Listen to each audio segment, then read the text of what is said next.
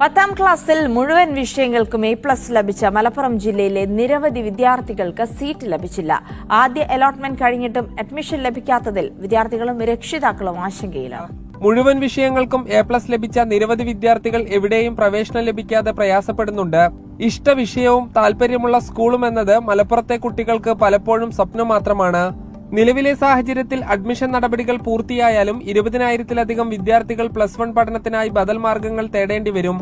+1 first allotment വന്നു. അപ്പോൾ അതേപോലെ തന്നെ കുറേ പിള്ളേർ പുറത്തായി. അപ്പോൾ അതെല്ലാവർക്കും അറിയുന്നുണ്ടാവും. എസ്പെഷ്യലി എ+ കുട്ടികളുടെ എണ്ണം കൂടുതലായ മലബാർ ഏരിയയിൽ തന്നെയാണ് കുട്ടികളെ മെജോറിറ്റിയും പുറത്തു വന്നിട്ടുള്ളത്. കുറേ ആൾക്കാർക്ക് 10ാം ക്ലാസ്സിൽ ഫുൾ എ+ ഉണ്ടായിട്ട് പോലും അതിൻ്റെ മാക്സിമം മാർക്ക് ഉണ്ടായിട്ട് പോലും വിചാരിച്ച സ്കൂൾ കിട്ടുന്നില്ല.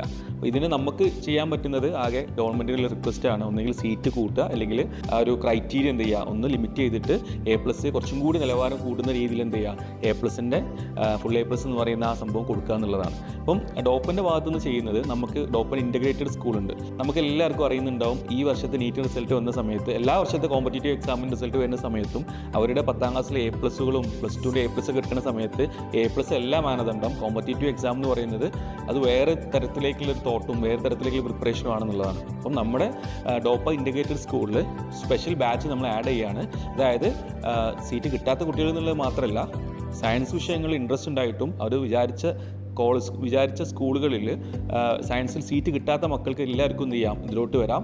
അതിന് ഇത്ര ക്രൈറ്റീരിയ ഇത്ര മാത്രമേ ഉള്ളൂ. സയൻസ് ഇഷ്ടമുണ്ടായിരിക്കണം, നീറ്റോ ജെഇഒ പോലത്തെ വലിയ കോമ്പറ്റേറ്റീവ് എക്സാമിന് പ്രിപ്പയർ ചെയ്യാനുള്ള ആ ഒരു മൈൻഡ് ഉണ്ടാവണം. അതിനുള്ള സപ്പോർട്ട് പാരൻസ് കൊടുക്കും വേണം. ഇത്തരത്തിലുള്ള കുട്ടികൾക്ക് എന്ത് ചെയ്യാം, നമ്മൾ ചൂസ് ചെയ്യാം. കഴിഞ്ഞ +1 റിസൾട്ട് വന്ന സമയത്ത് 10ാം ക്ലാസ്സിൽ ഒറ്റ എ+ ഇല്ലാത്ത കുട്ടികൾക്ക് പോലും നമുക്ക് എ+ വാങ്ങി കൊടുക്കാൻ പറ്റിയിട്ടുണ്ട്. അതേപോലെ തന്നെ എ+ എല്ലാ മാനദണ്ഡം എന്ന് പറയുന്നത് കൂടെ തന്നെ നീറ്റ് റിസൾട്ട് വന്ന സമയത്തും 10ാം ക്ലാസ്സിലും +2ലും ഒറ്റ എ+ പോലും ഇല്ലായിട്ടും 700 അടുത്ത് മാർക്കും 695 മാർക്ക് വാങ്ങിയ കുട്ടികളും ഡോപ്പയിലുണ്ട്. ഡോപ്പയിൽ മാത്രമല്ല, എല്ലാ സ്ഥാപനത്തിലും അങ്ങനെയുണ്ട്. സോ ഈ ഒരു അവസരം എന്ത് ചെയ്യുക, ഈ ഒരു റിജക്ഷൻ നിങ്ങൾക്ക് മാക്സിമം ഒരു തീയായിട്ട് മാറട്ടെ എന്നാണ് ഞാൻ ആശംസിക്കുന്നത്. സോ എന്ത് ചെയ്യാം, ഇപ്പോൾ തന്നെ സയൻസ് ആണ് ഇഷ്ടം, നീറ്റ് ജെഇ ആണോ ഇഷ്ടം എന്നുണ്ടെങ്കിൽ നമ്മൾ ഈ താഴെ കാണുന്ന നമ്പറിൽ കോൺടാക്ട് ചെയ്തിട്ട് നിങ്ങളെ ഇൻ്റർവ്യൂ മുഖേന എന്ത് ചെയ്യും, ഡോപ്പ ഇൻ്റഗ്രേറ്റഡ് സ്കൂളിലേക്ക് അഡ്മിഷൻ എടുക്കുന്നുണ്ടാവും. സോ എ+ അല്ല പ്രധാനം, നമ്മൾ പഠിക്കാൻ പോകുന്ന ഏറ്റവും പ്രിവിലേജ്ഡ് ആയിട്ടുള്ള ഗവൺമെൻറ് കോളേജിലെ ആ ഒരു സീറ്റ് നിങ്ങൾക്ക് കിട്ടും.